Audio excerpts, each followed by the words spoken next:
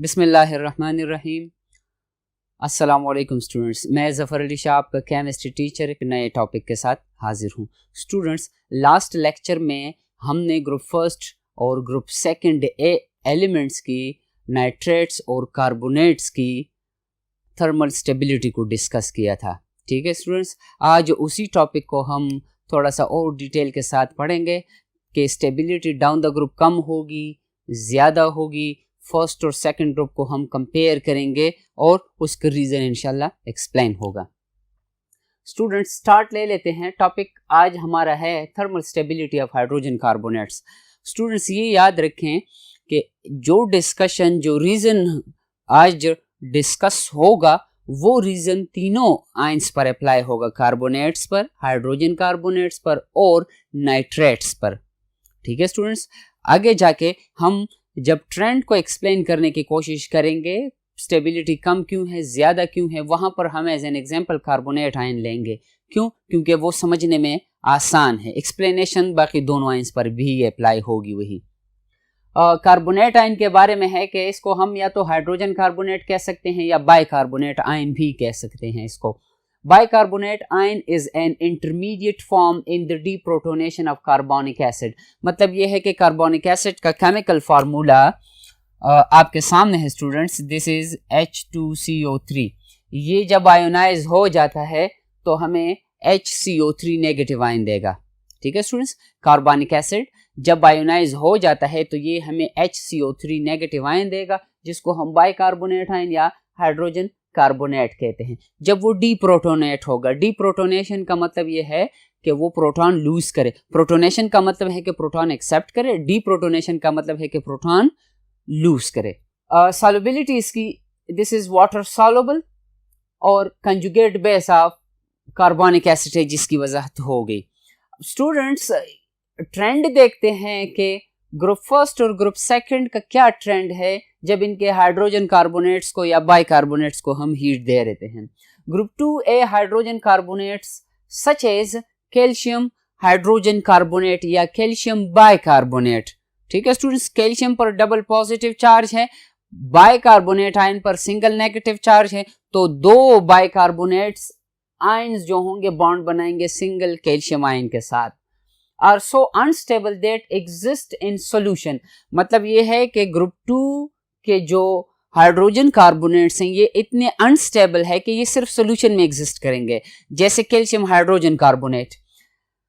Any attempt to extract them causes to decompose them into carbonate, carbon dioxide और water. मतलब ये है student इस स्टेटमेंट का कि कैल्शियम हाइड्रोजन कार्बोनेट इतना अनस्टेबल है जो कि ग्रुप सेकंड ए का बाइकार्बोनेट है, ये सॉल्यूशन में एग्जिस्ट करेगा। अगर उसको हम एक्सट्रैक्ट करेंगे, मतलब उस मिक्सचर से, उस सॉल्यूशन से इसको हम आइसोलेट करेंगे, अलग करेंगे, तो ये डिकम्पोज हो जाएगा। कैल्शियम हाइड्रोजन कार्बोनेट डिकम्पोजिशन पर कैल्शियम कार्बोनेट में कन्वर्ट होगा, कार्बन डाइऑक्साइड गैस रिलीज होगी और उसके साथ साथ वाटर जो कि न्यूट्रल प्रोडक्ट है उसकी फॉर्मेशन होगी। This is because of the unstability. Unstability का ट्रेंड थोड़ा सा बाद में हम डिस्कस करते हैं। By contrast group first A, मतलब यह है कि अगर हम ग्रुप सेकंड ए और ग्रुप फर्स्ट ए को कंपेयर करते हैं तो क्या होता है। Hydrogen carbonates are stable enough to exist as solids. ठीक है स्टूडेंट्स, मतलब ग्रुप सेकंड ए के जो कार्बोनेट्स हैं, हाइड्रोजन कार्बोनेट्स, वो अनस्टेबल है, और ग्रुप फर्स्ट ए के जो हाइड्रोजन कार्बोनेट्स हैं दे आर स्टेबल और physically they are solid in state, although they do not decompose easily on heating. ये इतने स्टेबल है कि सॉलिड स्टेट में एग्जिस्ट करते हैं और इनको हम हीटिंग से आसानी से डिकम्पोज नहीं कर सकते। रिएक्शन आपके सामने है, सोडियम हाइड्रोजन कार्बोनेट डिकम्पोजिशन के बाद सोडियम कार्बोनेट देगा हमें, कार्बन डाइऑक्साइड गैस और वाटर की फॉर्मेशन होगी। स्टूडेंट्स, जनरल डिस्कशन की हमने हाइड्रोजन कार्बोनेट से रिलेटेड। हमने ग्रुप फर्स्ट और ग्रुप सेकंड ए को कंपेयर किया कि ग्रुप सेकंड ए के कार्बोनेट्स जो हैं, बाइकार्बोनेट जो हैं, वो इतने अनस्टेबल है कि वो सोल्यूशन में एग्जिस्ट करेंगे ओनली, और अगर हम उसको सोल्यूशन से आइसोलेट करने की कोशिश करेंगे या एक्सट्रैक्ट करने की कोशिश करेंगे, अलग करने की कोशिश करेंगे, तो वो डिकम्पोज होंगे। कार्बोनेट्स, रिस्पेक्टिव मेटल कार्बोनेट्स में, कार्बन डाइऑक्साइड में और वाटर में।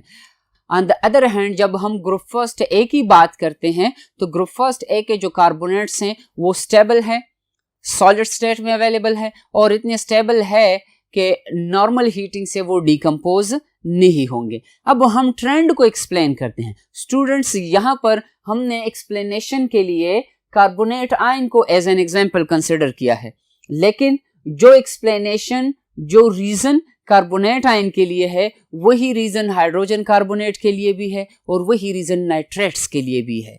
ठीक है स्टूडेंट्स, स्टार्ट ले लेते हैं कार्बोनेट आयन से। Explaining trend, polarising ability of positive ion. Students, last lecture में पोलराइजिंग एबिलिटी की बात हो गई थी या पोलराइजिंग पावर की बात हो गई थी। मैं रिपीट करता चलूं कि हमारे पास दो आयन्स हैं, पॉजिटिव आयन है और नेगेटिव आयन है। नेगेटिव आयन हम कार्बोनेट आयन कंसिडर करते हैं। अब अगर हम कार्बोनेट आयन के साथ लिथियम आयन मिला लेते हैं जिससे लिथियम कार्बोनेट बनेगा, अगर उसको हम हीट देंगे तो क्या होगा? स्टूडेंट्स, आपको पता है कि लिथियम पर पॉजिटिव चार्ज है, carbonate ion is negatively charged. अब अगर कार्बोनेट आयन का साइज ज्यादा हो तो कार्बोनेट आयन में नेगेटिव चार्ज जो है वो ऑक्सीजन एटमों पर है, तो जो ऑक्सीजन एटमों के इलेक्ट्रॉन्स हैं अगर वो आसानी से डिस्टर्ब होंगे, डिस्टॉर्शन जिसको हम कह सकते हैं, जिससे शेप डिस्टर्ब होगा। अब अगर पॉजिटिव चार्ज आएगा, उस नेगेटिव आयन से इलेक्ट्रॉन्स अपनी तरफ आसानी से अगर अट्रैक्ट कर सकता है तो हम कहते हैं कि पॉजिटिव आयन की जो पोलराइजिंग पावर है वो ज्यादा है। ठीक है स्टूडेंट्स, और जो नेगेटिव आयन है उसमें पोलराइजेबिलिटी आसान है, वो आसानी से पोलराइज होगा। क्यों होगा? क्योंकि उसका साइज बड़ा है, वो इलेक्ट्रॉन को अपनी तरफ उस पावर के साथ अट्रैक्ट नहीं कर सकता जिस पावर के साथ एक छोटा सा आयन अपनी तरफ अट्रैक्ट करेगा। स्टूडेंट्स, इसका एग्जाम्पल ऐसा है कि अगर आपके हाथ में टेनिस बॉल हो, आप उसको ग्रिप कर सकते हैं, होल्ड कर सकते हैं, as compare to the basketball जिसका साइज ज्यादा है, तो वो अपोनेंट प्लेयर जो होगा वो आसानी से आपसे बास्केटबॉल ले सकेगा। क्यों? क्योंकि उसका साइज ज्यादा है।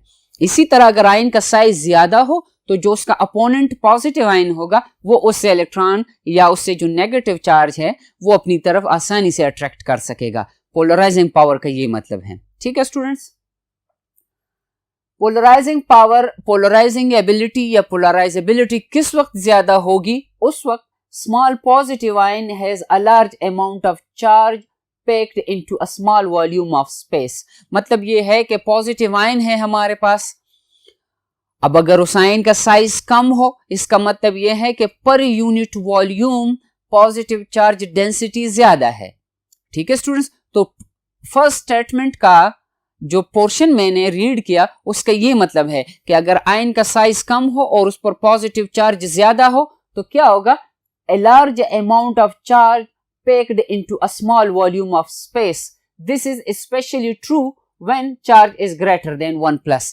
ये बात जो मैंने डिस्कस किया आपके साथ कि अगर आयन का साइज कम हो और उस पर पॉजिटिव चार्ज डेंसिटी ज्यादा हो तो ये बात किस वक्त सही साबित होगी? उस वक्त जब उस आयन पर पॉजिटिव चार्ज 1 से ज्यादा हो, 2+ हो, 3+ हो, एटसेट्रा। ठीक है स्टूडेंट्स, तो ये बात उस वक्त सही साबित होगी। Next, an ion with a high charge density has a marked distorting effect on any negative ion. मतलब ये है स्टूडेंट्स, अगर कार्बोनेट आयन के साथ हम कंपैरिजन कर ले बेरिलियम की और उसके साथ साथ हम कंपैरिजन कर ले लिथियम की, लिथियम आयन जो है दोनों का इसका इलेक्ट्रॉनिक कॉन्फ़िगरेशन 1s2 है। इस केस में electronic configuration 1s2, electronic configuration 1s2। लेकिन स्टूडेंट्स, अगर हम बात करें प्रोटॉन्स की, यहां पर 4 प्रोटॉन्स होंगे न्यूक्लियस में, यहां पर 3 प्रोटॉन्स होंगे न्यूक्लियस में। Charge density per unit volume beryllium में ज्यादा है, charge density per unit volume lithium में कम है। ठीक है, तो अगर इन दोनों आयंस की हम कंपैरिजन कर ले लिथियम कार्बोनेट आयन के साथ या बेरिलियम कार्बोनेट के साथ, तो बेरिलियम कार्बोनेट जो है या बेरिलियम आयन जो है इन इलेक्ट्रॉन्स को कार्बोनेट आयन में जो ऑक्सीजन पर नेगेटिव चार्ज डेंसिटी है, स्टूडेंट से ये वाला रीजन जो है ये जहां पर इलेक्ट्रॉन मिलने के चांसेस कार्बोनेट आयन में ज्यादा होंगे। तो बेरिलियम इस नेगेटिव चार्ज को ज्यादा पॉजिटिव चार्ज डेंसिटी होने की वजह से अपनी तरफ आसानी से अट्रैक्ट कर सकेगा एज कंपेयर टू लिथियम। ठीक है स्टूडेंट्स, क्योंकि यहां पर पॉजिटिव चार्ज डेंसिटी कम है और बेरिलियम की केस में पॉजिटिव चार्ज डेंसिटी ज्यादा है। इसका पोलराइजिंग पावर ज्यादा है, इसका पोलराइजिंग पावर कम है। ठीक है students, a large positive ion has the charge spread over a large volume of space. Its charge density is therefore lower and causes less distortion. इसका मतलब यह है स्टूडेंट्स के कंपैरिजन करते हैं पोटेशियम आयन की वर्सेस बेरिलियम आयन।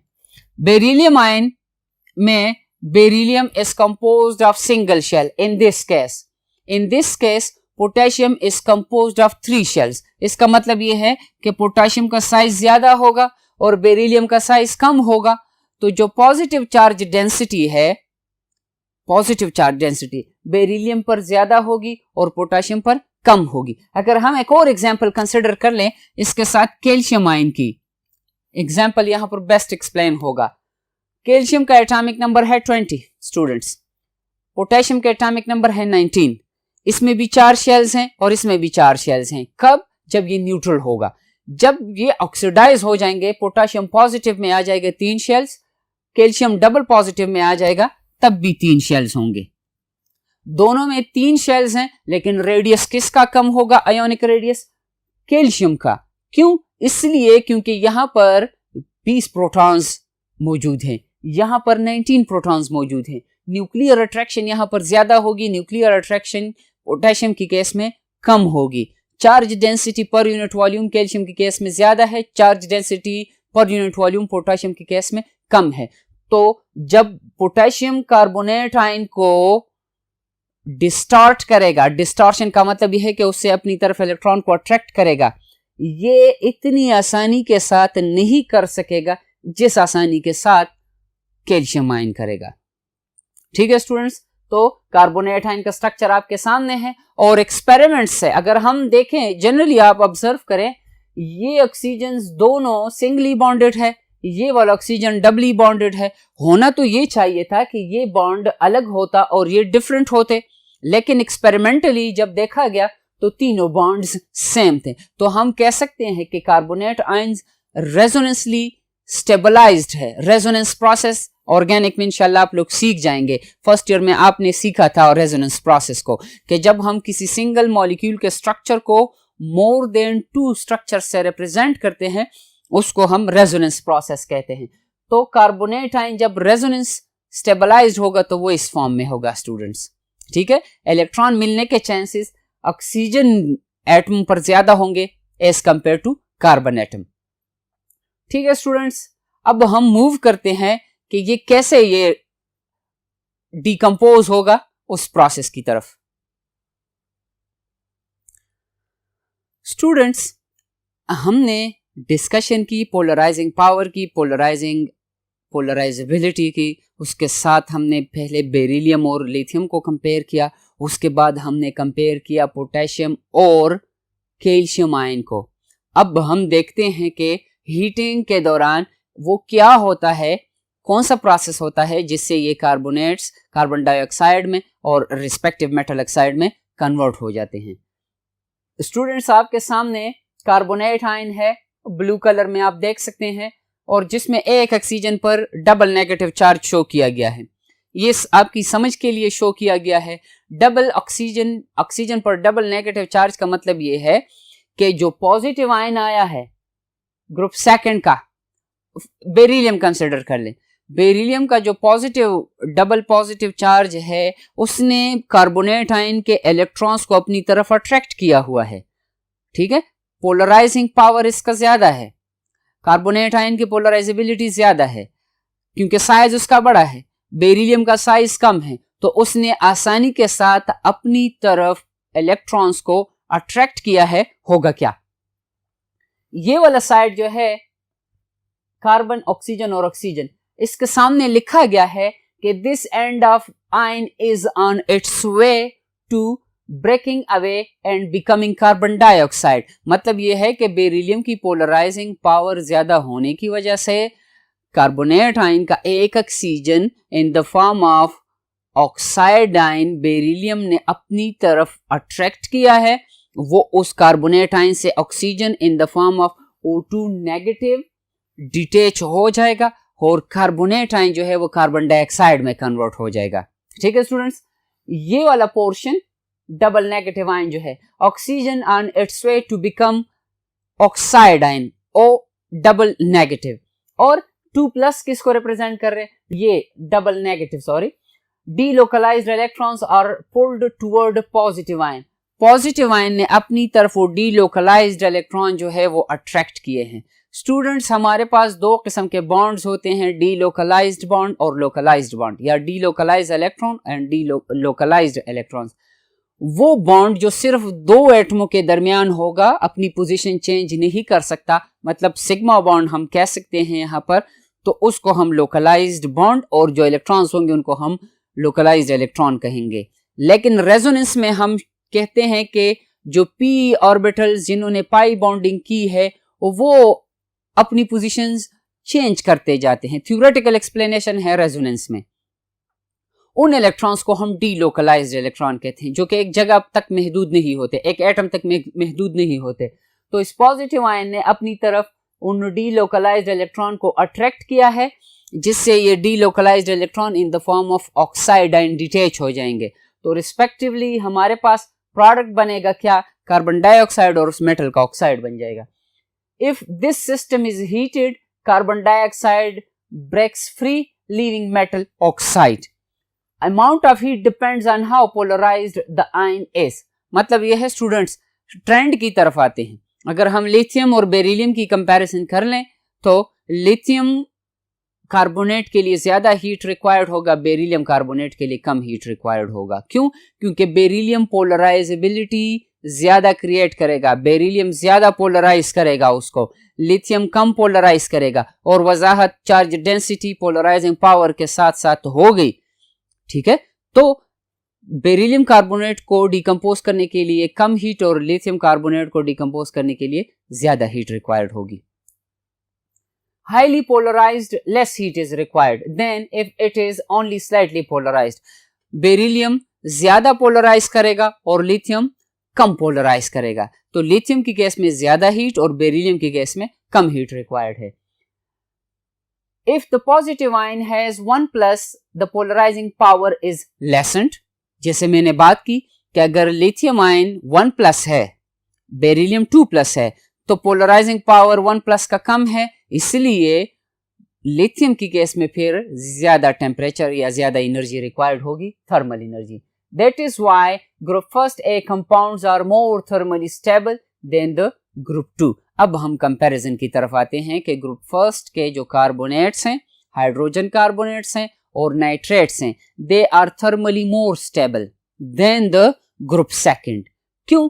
क्योंकि group second का पोलराइजिंग पावर ज्यादा है और ग्रुप फर्स्ट का पोलराइजिंग पावर कम है। अगर हम ग्रुप फर्स्ट में अपनी ही ग्रुप की बात करें, lithium carbonate, lithium hydrogen carbonate, lithium nitrate, फिर उसके साथ sodium hydrogen carbonate, sodium carbonate, sodium nitrate, potassium hydrogen carbonate, potassium carbonate और पोटेशियम नाइट्रेट की, तो down the group ionic size increase होगा, पॉजिटिव आयन का साइज इंक्रीज होगा students. जैसे lithium, sodium, potassium size increase आ रहा है, उस साइड पर कंपैरेटिवली नेगेटिव आयन जो है वो कॉमन है, उसकी साइज पर फर्क नहीं पड़ रहा। तो जो पॉजिटिव आयन है उनकी positive charge density down the group कम होती जाती है। तो जब पॉजिटिव चार्ज डेंसिटी कम होगी, थर्मल स्टेबिलिटी उसके साथ बढ़ेगी और ज्यादा हीट रिक्वायर्ड होगा उसको डिकम्पोज करने के लिए। यही एक्सप्लेनेशन ग्रुप 2 पर भी अप्लाई होगी। बेरिलियम के लिए कम, मैग्नीशियम के लिए थोड़ा सा ज्यादा हीट, कैल्शियम के लिए ज्यादा, और उसके नीचे स्ट्रोंशियम के लिए ज्यादा हीट रिक्वायर्ड होगी। ये क्यों? क्योंकि डाउन द ग्रुप उनकी पोलराइजिंग पावर कम हो जाती है, पॉजिटिव चार्ज डेंसिटी कम हो जाती है।